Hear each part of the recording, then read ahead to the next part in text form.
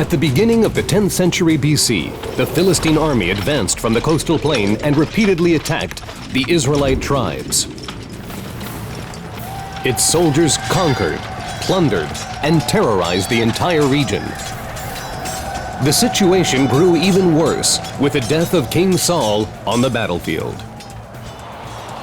At this difficult time, the heads of the tribes gathered to select a new leader. They decide unanimously, David.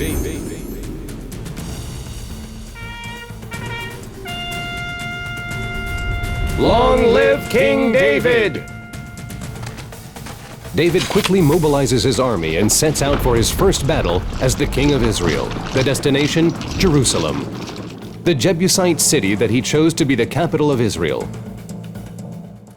But why, of all the cities, did David choose Jerusalem as the capital of his kingdom?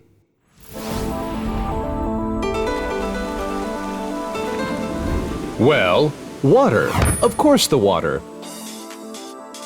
What city in the world, especially a capital, could survive without a constant supply of fresh water? And where else can you find such fine water as the water of the Gihon? The Gihon spring flowed and still flows from the bedrock under the depths of Jerusalem and supplies enough water for all the city's needs.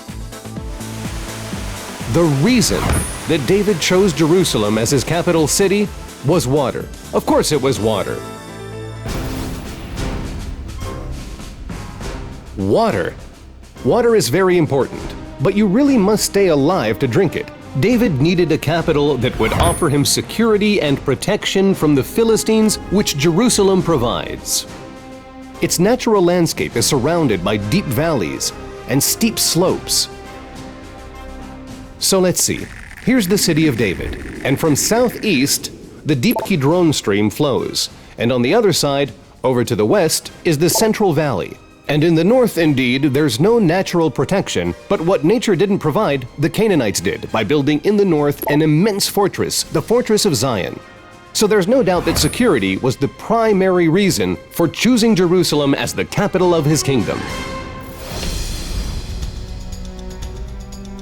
Security is very important, but with all due respect to walls and fortifications, a nation cannot survive without unity.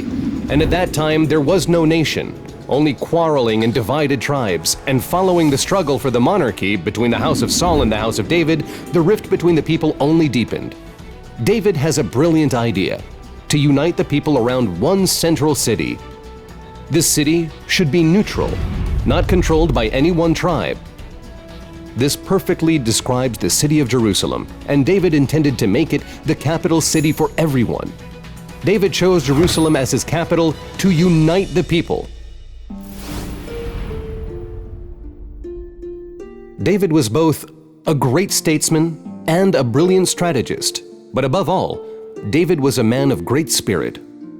Psalms that he composed 3,000 years ago are still the most widely read and translated poetry in the entire world. David's capital can not only be a political center, or economic, or even a stronghold. It must have something to do with sanctity. That has to be part of the equation.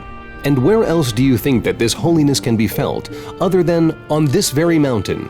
The holiness of Jerusalem goes back to the days of Abraham our father. According to tradition, it is here on Mount Moriah that the sacrifice of Isaac occurred. There is no doubt that sanctity is the reason that King David chose Jerusalem as his capital city. So why did David really choose Jerusalem as his capital? Was it the abundance of water? Or the security and efficient protection it provided? Could it be that the unity of the people guided him? Or was it the holiness of Jerusalem? Maybe the combination of all these reasons?